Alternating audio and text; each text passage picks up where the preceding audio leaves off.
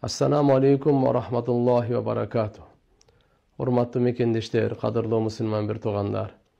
Барыңыздарга жараткан Алла Тааланын тынчтыгы, саламы, мээрими, райымы жана берекеси болсун.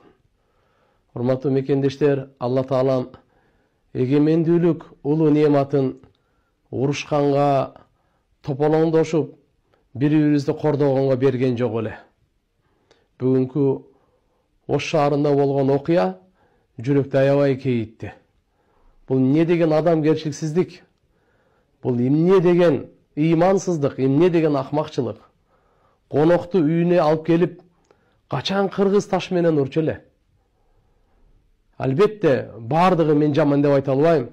Бирок ошол жерде таш менен ургула, тигинткиле, мынткиле деген акмактар капа болбогула, Кудайым таш менен өзүңөрдү урат. Кайсы бирөөнүн балдары, жаш балдар, ата-энелери бар, бир туугандары бар.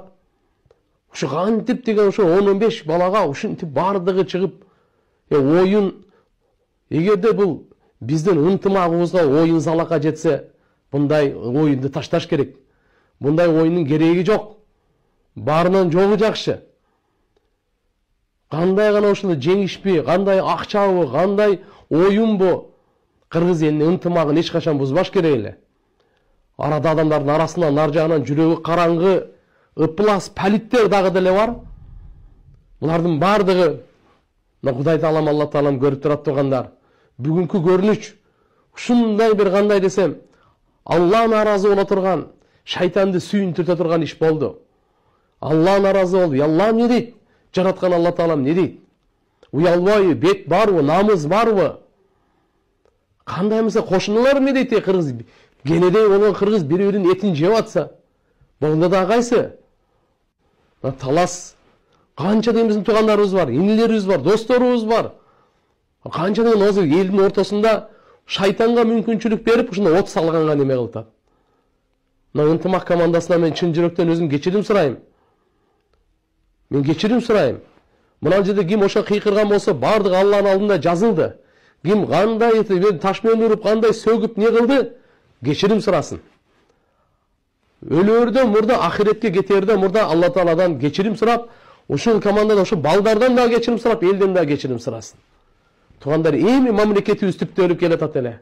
Эми ынтымак жаралып, алхамдулилла, бири-бирибизди сыйлап, урматтап келаткан эле. Шайтандын оту өчүп бараткан эле. Ушу окшогон азыр глобалдашуу, ушундай бир кандай десем, нервтер жука болгон учурда ушунун кереги барбы? Ошо окшогон ушу кантип калыстан адашуу мүмкүн? Адамдан жаңылыш мүмкүн? Мен өлтүрүп коюш керекпи? Кантип, кайсы акылың менен, кайсы тилиң менен айтып атасың ошол жерде таш менен ур деп? Уруштур мына неме кылып. Калыс деле адам ал, периште эмес, тартылып калышы мүмкүн. Менин урушта жеңилип калтыр. Наоборот, конокко жеңилип бериш керек го. Сыйлап бериш керек го. Жеңилсем де жер көтөрөт дейт. Оюн. Урматтуу мусулман бир туугандар, сураныч эсибизге келейли. Алла Тааланын алдында эсеп китеп бар. Мынандай бир ушундай бир караңгылыкта жашабайлы. Келиңиздер ынтымакка, билимдүүлүккө, кечиримдүүлүккө. Бирок ачык айтайын, ошол жерде көнүштө бардык ошол жерде жүгүргөндөр, полиге чыккандар, бир маданиятсыздык, бир адамгерчилик, бир токтоолук менен оюн болсо оюндай болуш керек да. Ошо полиге чейин жүгүрүп барган жаштар, өзүнө кармаш керек адам баласы. Кече күнү футболдо мынандай шермендечилик. Биз каяктан түшкөн адамбыз биз? Биз кана мусулманчылыгыбыз, кана адамгерчилигибиз, кана байыркы элдик баалуулуктарыбыз, кана биздин маданиятыбыз. Урматтуу мусулман бир туугандар, урматтуу жаштар. Өзгөчө мынакей бүгүнкү ошол ат майданында тополоң кылган жаштар. Жаштардын арасында анча-мынча аксакалдар деле жүрөт. Ошол жерде кой деген, чыркырап, ыйлаган, токтот эле токтот деген. Бирөөнүн баласына башына таш тийсе эмне жакшыбы? Ошого сүйүнүп атасыңбы? Ошо таш тийсин деп атасыңбы? Ошо жеңилип калган кичине оюнда бири-бирин ат менен кагышып ылдый өдө болуп калганда, ошого сен ташка алып атасыңбы? Кандайдыр бет жок, кандай деген бир уят жок. Мамлекеттин башчысы, ажообуз турса, бардык милициялар турса, алардан уялбасаңар, аларды сыйлабасаңар да Алладан коркуп, Алладан уялбайсыңарбы? Урматтуу мусулман бир туугандар, мындай көрүнүш бул жакшылыкка эч качан алып барбайт. Кек сактоо, өч алуу